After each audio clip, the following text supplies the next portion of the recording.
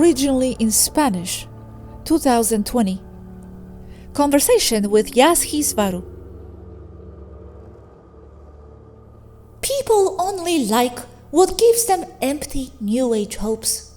That everything will be alright because St Germain will come to save them all. And they will continue to ignore that St Germain is a vampire. Oh, do you have more data? They link it to Dracula. Dracula was someone very cultured. I don't know that in great detail, but I know that Vlad the Empaler, who plagued medieval Romania and was worse than horrible, was a friend of European royalty, being that himself, and that he was called Germain, and that he was in contact with the Vatican, and that, but I don't know what levers, they beatified him and then sanctified him. I don't know what miracles they attribute to him. But he was a blood drinker, vampire, Nosferatu. And this opens up another untapped topic here, vampires. And yes, unfortunately, they are real. But they are not those pretty ones that glow in the sunlight, nor are they cute. They are hideous and degenerate. There are over 100 kinds of vampires. What do you mean they're real? How are they classified? More like where they are, but they are pretty much the same. For example, a lot of vampires, most of them, are mistaken for zombies. Because that's what they are. Basically corpses animated by a lower astral entity. And in order to not decompose so quickly and have to go get another corpse, they will drink blood that revitalizes them. Or they simply move into the body of the victim that displaces their soul with theirs and start that all over again. Another kind are black-eyed, like black-eyed children. Those are vampires. Don't let them in the house or anywhere. Just stay away from them. The rest of the classifications will come as variants depending on the location of the vampires, but they are virtually everywhere, with a large nest in Romania. Yes, as the legend goes. They say that Bram Stoker invented vampires with his novel Dracula, Dragon. This is not true. He turned the story of Vlad the Empaler, St Germain, into a novel with romantic overtones, but based on strong and uncomfortable truths. I feel he also had an agenda to help hide vampires behind a curtain of fiction, as they always do.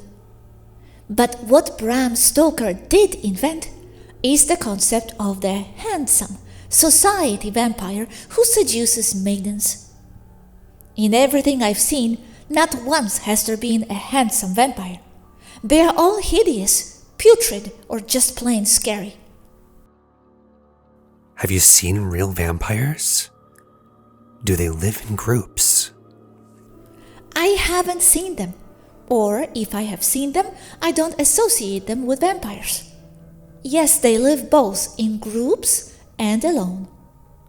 They're like zombies? That is one of the most reliable descriptions. And this is not seen on Earth. I don't see or don't know of people connecting zombies with vampires. But I see them as basically the same thing. The traditional zombie concept refers rather to a Nosferatu, or undead. You don't see zombies in the streets. No, but they can attack isolated villages. In the streets, they can pass as black-eyed children. But I feel that is another variant. Recently, there was a vampire attack reported in Africa, very seriously, if I remember correctly, in Tanzania. And black eyes are always children? No, they are usually children, but adults of all ages are reported. But children is more common. I think this is to soften the victims and force them to cooperate or consent more easily. And how do they act with their victims? What do they do to them? Basically, they drink their blood, which is what carries the life force according to them. Partly true. It keeps them alive, as does the adrenochrome. That's basically it. Or they consume the victim's life force. It's like passing the gravity signal from the person to them. But the blood type doesn't matter? It doesn't matter. And how can you neutralize them? Like both black eyes and vampires. With wooden stakes from a specific tree or silver? Do you have to cut their heads off? Not being afraid of them, confronting them and telling them that you do not consent. Defending yourself against them with weapons. The stake should go through the ribcage, preferably upside down, through the heart. This is to keep them from getting up, not to kill them. The head should be cut off and away from the body, valid also for zombies, according to folklore. Silver bullets give allergic reactions to certain kinds of entities, but as far as I know, it only slows them down a bit. Do they have blood in their bodies? Putrefied, yes. Are they intelligent? That depends on the entity, but in general, they are not, in the case of zombie vampires. In the case of black eyes, beware. Yes, they are usually extremely intelligent. They take advantage of your terror of the moment. Terror nourishes them, because that is what they are made of. The victim has a fixed idea of what it is that haunts them, because the same entity imposes it on them. Terror focuses the victim's attention to the maximum, and so it manifests them more, because in the end, they are egregores or tulpas. So, being given fear and attention is what nurtures them. That is the louche. Yes, so not to be afraid of them. Don't get scared, and if there is no escape, face them. That's right. If you are not afraid of them, they can't feed on you, and they go away because you are simply no good to them. Are they cowards? I don't know if you can call it that. They just walk away because there is nothing they can do with you. You don't nourish them. It's like a dog looking for food and opening a box that looked like it had kibble in it and finding bags of used hard drives. They are going to keep looking somewhere else. And do they usually go out at certain times? Where do they rest? If they rest. Are they in cemeteries, caves, catacombs? They have been seen even in the daytime. That belief that they cannot be exposed to sun is doubtful. I wouldn't say no. I just don't have data to support that. And I do have reported cases of daytime occurrences. Yes, they are in places traditionally related to low entities, catacombs, caves, cemeteries, and so on. Also in abandoned houses and buildings. Beware, this is the most common. And in castles. For example, where do they hide in Romania? In the Carpathian Mountains. But they are everywhere, or almost everywhere. Oh my goodness. You said they drink the blood with the life force. The life force, what exactly would that be? It's hard to define. I would say it is the connection to the original source. But it's not the soul. It is related. Hard to define. It could be something biological, referring to the physical survival force in a physical body. I have no definition that I like. They use you, moving and altering your ideas, controlling you to do what is convenient for them. They are tulpas and egregors. They need the attention that created them in the first place, and that is everything depraved, terrifying, degenerate and horrible.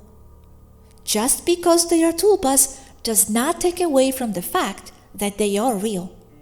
And do they sleep? Are they always looking for a new host?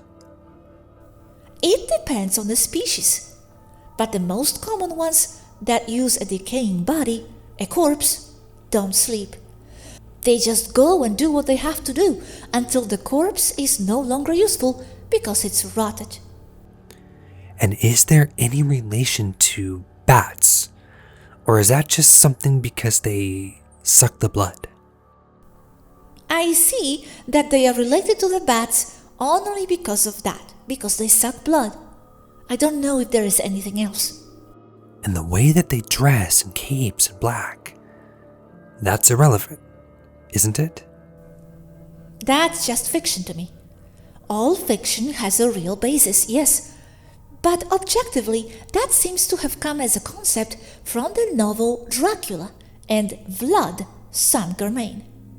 I only see as real the fact that Vlad dressed like that.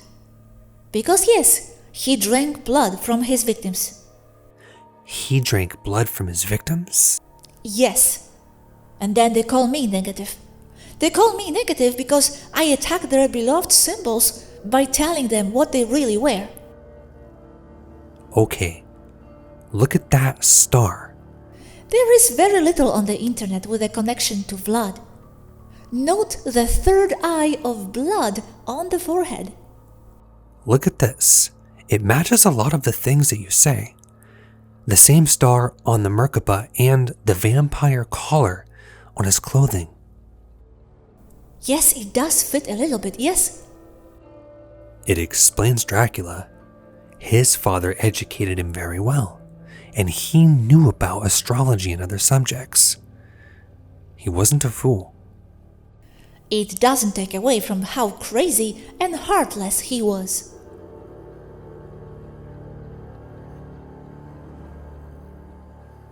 From Conversation with Aneeka.